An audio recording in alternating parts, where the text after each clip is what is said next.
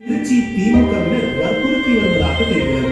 இப்போது அந்த வற்புறுத்தல்கள் அதிகமாகி எனக்கு இந்த சீட்டே வேண்டாம் என வைகோவின் வாரிசு கதறி ஆளும் நிலைக்கு கொண்டு வந்து விட்டிருக்கிறார்கள். திமுகவின் வாரிசு கதறி ஆள காரணம் என்ன? திமுகவினர் கொடுக்கும் அழுத்தம் தான். நான் சுயமரியாதைக்காரன் என வைகோவின் வாரிசு இந்த அளவிற்கு அவமானப்படுத்தப்பட்டிருக்கிறார்.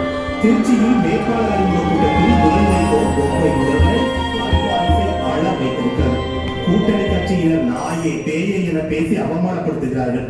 கடந்த முறை மதிமுக சார்பில் எம்பியான கணேசமூர்த்தி விரக்தியில் விஷம் குடித்துவிட்டு மருத்துவமனையில்